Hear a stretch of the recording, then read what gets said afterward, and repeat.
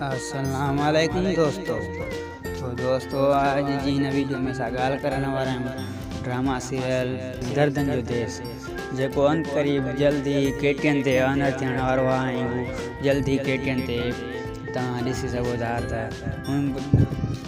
हुन में हिन ड्रामे जी हिकु बहितरीनु कहाणी लिखी वई आहे।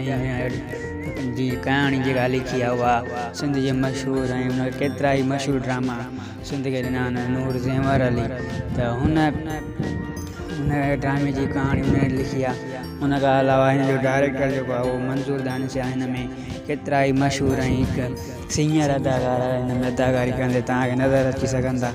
ऐं जॾहिं त हिन जी इहो ई हर को सुवालु कयो आहे त हिन जो जेको आहे टाइटल सॉन्ग उहो केरु ॻाईंदो, कहिड़ो गानो ॻाईंदो, त हिन में तव्हांखे ॿुधाईंदो आहे त हिन जेके हिन जो पंहिंजा परावा हुन खां अलावा कारो सिज दर्दन जो दरिया केतिरनि ई ड्रामनि में हुन टाइटल सॉन्ग ॻाया आहिनि।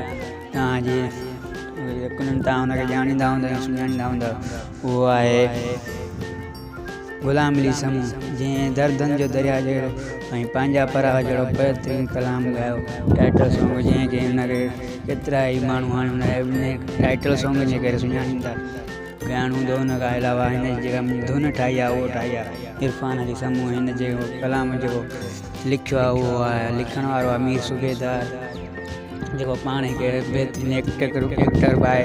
त वधीक अहिड़ा वीडियो तव्हां ॾिसण लाइ चैनल खे सब्सक्राइब कंदा। Thank U very much.